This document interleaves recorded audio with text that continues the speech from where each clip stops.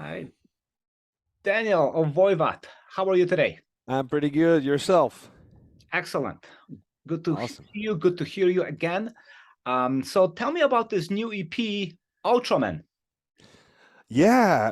Well, this all started. I had this idea of uh, of demoing the Ultraman song actually just for fun, and we did it. I did it before writing the first song for Synchro Anarchy actually, and it was during the period we all know. So I guess I was bored and I wanted to do something.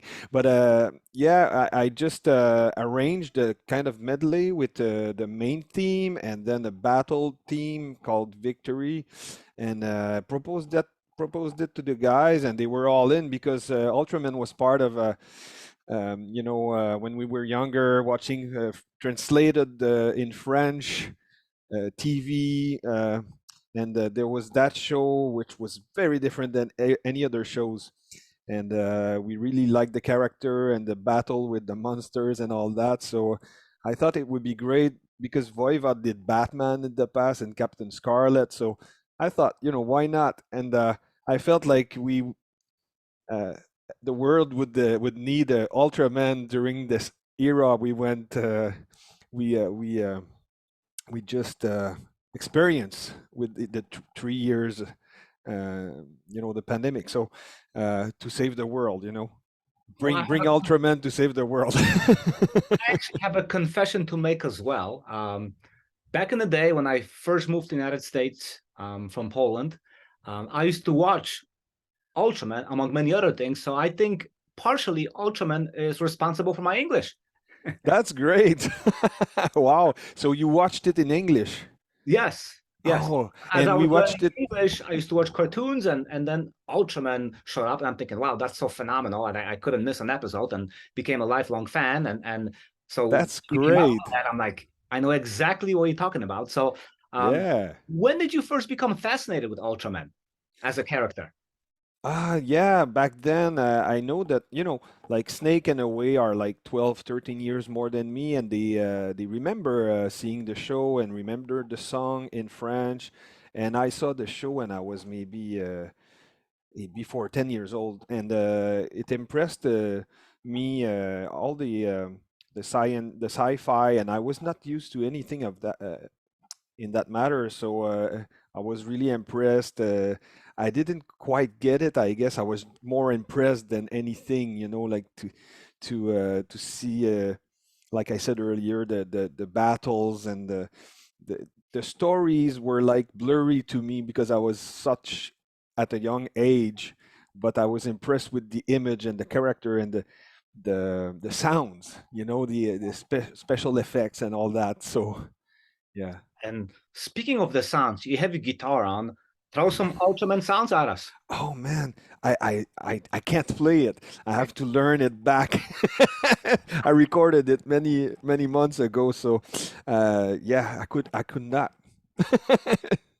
Um, I think the most surprising inclusion is you singing the Ultraman theme in Japanese. Tell me about that. Yeah, well, I was the first time we went in Japan, it completely blew me away. It was in 2008. It was my second show with Voivod, and it was so different than everything that I experienced before. I did go to Japan before even going to Europe, so it was my first experience abroad. I did tours in the U.S. and North America, but nowhere else. So it was such a different place to be, and I kind of was always curious with the language as well. So the second time we went there in 2014, I would say, um, I really wanted to learn the language, and so I started to study and the writing, the reading, and speaking. So now I can have a conversation. I can find my way in Japanese. I'm not so good, but enough to understand stuff and speaking a little bit. So I was already familiar with the sound and the meaning of the lyrics, and so it was easier for me to sing it than for Snake to learn it. It would have been very difficult. And we wanted to pay a tribute to the original song as well and the composer. So for me, it was like, let's do like a lot of people knew the version in English, a lot of people knew it in French, and the original is in Japanese. So why not blend the three together and make everybody happy? And us as well, because we knew the three different versions. How much preparation would something like that take? I had to find out the lyrics in three languages, and in Japanese there's three different verses. So there are more verses. In English and French, there's only one verse that they did, and they went into the studio to record the music back in the day. So it took a few days to gather that, and just to learn the text in Japanese. It took me a whole day to get it right, and I sent a version to my friend in Japan to make sure my pronunciation was okay, and so I had the approval, and, so I could record it. So I guess it's a matter of a few days to really nail it. And but for the arrangement, I did it in maybe a few days as well. Recorded the bass and the guitars, and I think I programmed the drum part, but I'm not sure. I think I weighted it. No, I weighted the drum part, how he heard it in his head with my demo. So yeah, all in all. It took a bit of time, but it was fun to do. You know, I didn't count the hours. True. What are the early responses to this material? uh, the Ultraman? Yeah, I don't know. no, It's nothing not it's yet. not out yet. So Yeah, but people get the advances. They hear it. Any calls, anything like. and I didn't hear anything about it yet. I guess it was not heard yet by the people. It's the song is kind of like a happy song actually, It is. and it's sung by the children in Japanese, so it's a kind of a childish song which fits the original series, and we tried to keep this kind of happy melody and incorporate the more evil battle theme with the more traditional Japanese melody on the bass.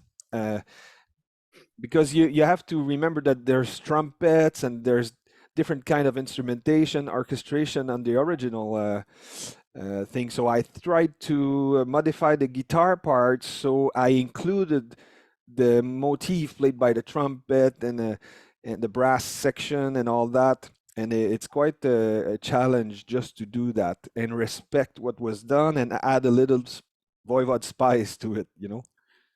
The funny thing is, a lot of those Japanese monster movies, they had very happy sounding themes, and the one I'm referring to specifically is the March of the Gamera, if you remember that. Ah, I don't remember that. Yeah, but if you, it was actually a kid playing a piano and singing that in one of the movies. Okay. Again, very happy sounding song, yet there was all this devastation going around. Yeah, and it's kind of a contrast, you know. I like this kind of contrast. It doesn't really fit, but it makes it more strange at the same time. Yeah. So, All right. So a couple of months ago, you released Synchro Anarchy, the album. yeah, How did that do for you? great response all around the world. We even had number 7 in Germany. Uh, you know, any kind of music, we went up to number 7. So, uh, as far as album sales, I think so. It was very well received, and we just started to tour it. You know, we did a tour in the U.S. and a few shows in Europe this summer, and it was all short runs though, and so now we're going to Europe in a week from now, and it's a big tour. It's a 5 week tour, and there's more plans, of course, in the future. So we're really excited to tour again, and and finally promote this record with a lot of the new song on the set list. I absolutely love the record. I think I wrote a review. You read it. I think you liked it too. Yeah, Back. Um, what's the spirit of Voivod like these days? very enthusiastic. We just started to jam. We did a few jam to get back to shape, and we're happy to play old new songs and new songs that we have to learn, and just to play again in a rehearsal room. The four of us feels good. So really happy, and there's a lot of things in the back going on for celebrating the 40th anniversary of the band as well. There's a lot of surprise coming next year. Uh, Documentary on the way, a book about the band on the way by Jeff Wagner. There's other surprises that I can't speak of, but it's very exciting, and I think the fans enjoy it. And we try to put out release and keep the keep the interest and keep us busy as well to always come up with new ideas. I just finished with Rocky. We did the Synchro Anarchy music book, so that's a new element as well. So I edited 5 albums for guitar and bass, and a lot of fans are musicians as well, so they can play along and they can learn the tracks and the solos and all that. So it's pretty cool. Mhm. How would you describe your own transition into the band over the last few years? Well, now since I guess the EP Post Society, I really feel as a part of the band, being being a composer since Target Earth, um, since the first album Post Piggy, and I think it's you know it took 5 years of touring before writing new material, which nobody knew we were gonna do. And at some point, I think the opening was there, and we all talked about it and just say, let's give it a try. And if it's good and if it feels good, then we're gonna go on.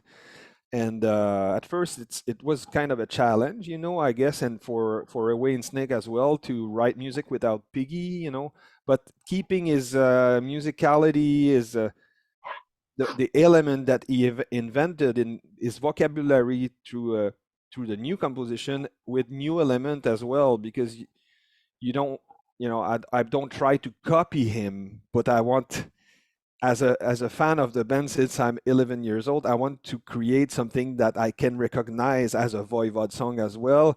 And as soon as I bring ideas and everybody gets involved, and Snake starts singing and he feels the vibe and always starts drumming, it becomes Voivod material pretty quickly.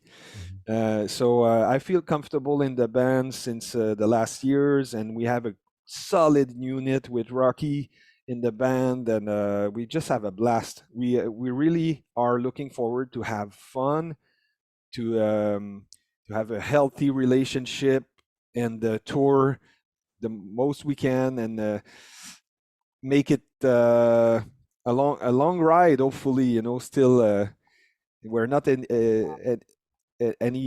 getting any younger, but I guess the Rolling Stones are still doing it, so we're okay. I still say it's an absolute miracle with you coming into the band and what you were able to achieve. I mean, I remember seeing the first show with you in Chicago when you opened up for Creator, and I'm thinking, Yeah. yeah, it's gonna be like a tribute band. Maybe I'll film a song. After the first song, I was so blown away. I'm thinking, oh my God, this is unbelievable. I think I grabbed you after that interview and after that show and interviewed you because I just had to have your version of the story as to what's about to transpire, and things have just getting better and better since then. Yeah, it never stopped really. It's quite amazing. We're all thanks for your kind words. I appreciate it, and I'm glad you liked the show. And since then, we never stopped, and Even with the pandemic, we were able to do online shows, playing the whole Dimension Hatras album and then the whole Nothing Face album, and I hope we can do more like that. So yeah, we're really grateful for what happens right now. Um, Another question. So when you first joined, were you given any instructions by the band members, or you were kind of given a free will as to how you developed? Uh, th- uh, it didn't happen. I mean, the first rehearsal Mhm. for the first show in 2008, I finished the first song. I think we played the. I don't remember the song actually, but played the first song, and Snake lifted his arm in the air and gave me a big hug, and he said, "It's like Piggy's playing beside me when I close my eyes." I was like almost crying. Like I did my homework, obviously, but uh, it was very welcoming, and I never felt. They never told me, "Oh, the your idea is okay, but can you try this instead or whatever." I guess if we come with an idea, anybody is free to, it's a collective. So, and if the idea is not strong enough, it's gonna die by itself. You don't have somebody to tell it's not good. If it's not good, it's gonna crumble by itself, and that's what we kind of do. We observe. We put something in the middle of the four of us, and we try to you know, carve carve the air, carve the sine wave, and do an architectural sculpture with sine wave sound. So we try to remove a bit here and there and shape it together, and at some point it becomes its own entity, and we let it live, and it tells us what it needs, and then we try to feed it what it needs. So it's we try to get out of the way of the process, our ego, our personalities, and just work as a collective to make the best out of it. And that's the feeling I had watching you that night at the Bottom Lounge in Chicago Yeah, I all remember. these years ago. Um, what was the most challenging thing for you? Most challenging thing. Hmm. I don't know. It's been 15 years, almost. So now it's not. I don't. I mean, the challenge for writing the last album in a very short period of time of maybe 4 months was something. It was really intense. Really intense. The four of us, we had to work really, really hard, but we're really happy. It brought another vibe to the album, and we did it, and we gave everything we had. Um, but the challenge in the band, I think it's the challenge is consistency. Trying to keep the band going, and always looking for new ideas and new ways and have fun. And it's not quite a difficulty or challenge, but it's something that we have to. It's like a muscle, right? If you stop, it's easy to be lazy or something like that. But if you get going like a regular thing, like a routine, so to speak. I think consistency is the key. Yeah. Well, you have your guitar on, so maybe you can hit us with some favorite Voivod riffs. Favorite Voivod riff. That's interesting. Um, maybe that's we opened the show with this one.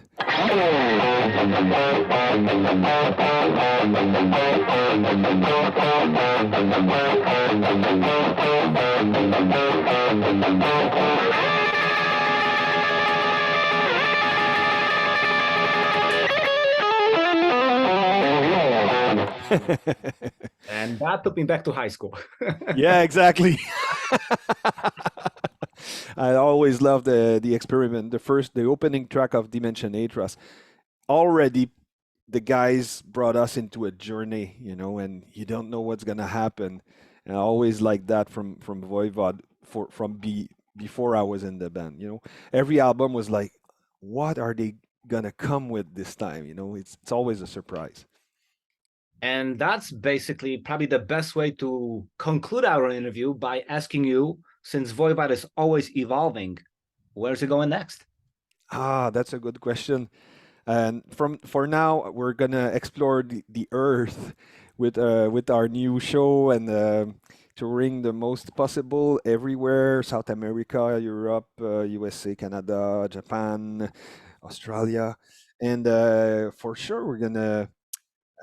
We have a surprise, like I said, for the 40th anniversary. We have a few projects, but we're gonna go back to write some new songs. I hope pretty soon. So who knows what kind of vibe we're gonna try to, I don't know the direction we're gonna take yet, but I have my little idea, but we're four guys, and the time will come when we're gonna know exactly what we want to do. But it's really hard to say right now. Sounds great. I'm always ready for the challenge. Thank you for your time and good luck on the tour. And I'm looking forward towards all of these new projects that are coming up. Thank you so much. I appreciate it. Thanks for having me.